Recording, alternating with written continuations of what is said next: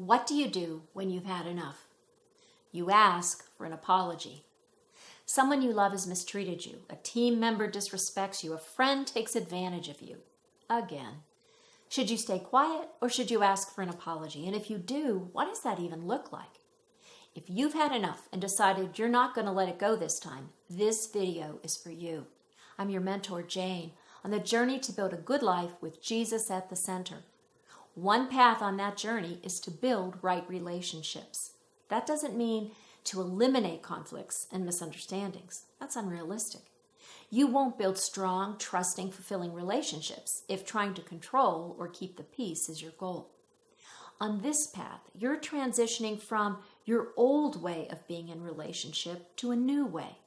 You're developing a new mindset, better skills, and consistent habits.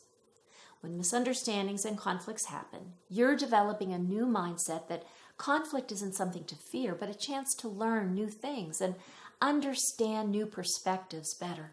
In the process, who knows, you might end up being better understood yourself. You're learning the skill of how to offer a sincere, full apology rather than defend or justify yourself. You're also getting into the habit of expecting disagreements and accepting the differences among people and that they're normal. But what if you're the one who's been hurt? You've had enough. You don't want to stay quiet this time. You want an apology. How do you ask for one? Do you even know that when you've been wronged, you have some choice? You have a choice to ask for an apology. In fact, that's the most likely way you'll get one. Now I hear you thinking, wait a minute, that's not my job. He should know he did me wrong and owes me an apology. Well, welcome to the real world. The fact is, most people are likely to overlook or be blind to their mistakes. Unless you tell them, they may not know how they've affected you. You have a choice. You could sit fuming and complaining and talking about it, giving them the silent treatment, withholding sex, or unleashing whatever your favorite passive-aggressive weapon is. Or you can take another step on the path to build right relationship by telling the other person that you've been offended, what they've done, and what you need from them. The old you would say, I can't do that because, well, I don't like conflict. I don't have faith that the other person will even fix their mistake. I don't trust that I mean enough to them or that they care enough about me.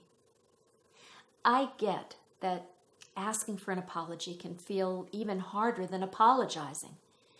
Maybe you start doubting yourself, justifying that it really wasn't that bad after all. You've been told you're too sensitive, so you'll let this one slide. Sadly, you may not even believe that you're worth an apology, so you're willing to let this mistreatment go by. Just one more time. Asking for an apology is something that's still outside of my comfort zone. It's a growth area for me, and I'm learning to do two things before I make up my mind about asking for an apology. The first thing is I spend time in quiet in prayer, and I pour out my heart to Jesus.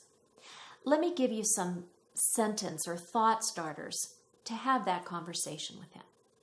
I usually start off with, Jesus, I feel so, and then I just express all my emotions. It was so wrong when and I just lay it all out there, what they said and what they did.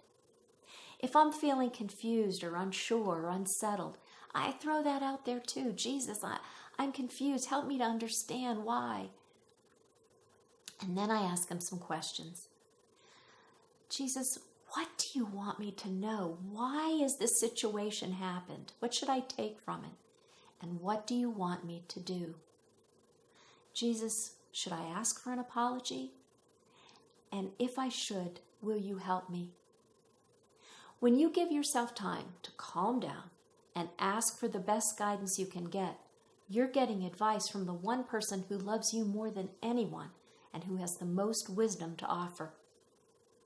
Now, whether you decide to ask for an apology or not, the next thing I do is I take some time with prayer and I answer this question. What do I need to make this right? What do I need to make this right? Now that's important for a couple reasons. First, it moves me away from swirling over and over and around the story and who said what and who did what to who. Second, someone, well, they may just apologize for what they did and ask how they can make it up to me. So what am I going to say? Now, you can think about this in your head or you can journal on it. I usually use my journal. And what I do is I write a letter. Now, the letter isn't from me to the person who hurt me. It's actually from the person who hurt me to me. For example, if my friend disrespected me, I write a letter from her to me. And I write the words that I want to hear, that I want to read, that would help me heal the hurt I feel. And I include specific things they should say, as if there's things they could do that would set things right. Now, I'm not going to send this letter, but it helps me focus on what I need to know or hear or receive so I can move on and forgive. Let's say you're ready to ask for that apology. If you've watched my video on how to apologize, asking for an apology is simply a mirror of giving one. So you might want to check this one out first. You start with giving one sentence about here's what the person did. Let them know what you have a problem with. I'm not talking about that you hurt me or you offended me. I'm looking for specific behavior, specific words so that they know what it was they did. Next, what was the impact? It's okay to talk about your feelings, but what's the impact of their behavior on your credibility, your authority, your dignity? Explain what your preferences and expectations are. They may be different than the other person. Third, tell them what they could have done better or instead of what they did. Tell them how you want it to go next time. And finally, ask for the apology and tell them how they can make amends. Ask for what you want. Paint the picture. Draw the map. Don't keep them guessing. Here's what that might sound like. Terrell, you interrupted and talked over me all throughout the meeting. And that was a problem because I want to speak for myself and I couldn't get my point across.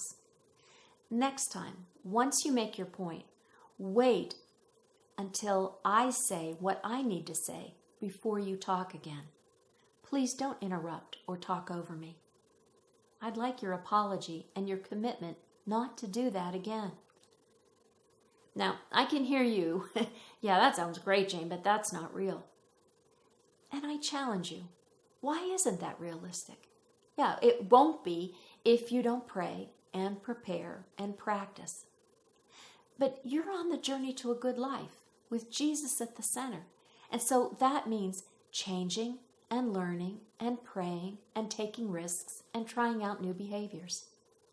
I'm your mentor, Jane, and I challenge you to think about the next time when you've had enough. Ask for an apology. I'd love you to drop comments below on what happens and what you learn. And for more on the mindset, skills, and habits that lead to a good life, check out these videos. Thank you for watching.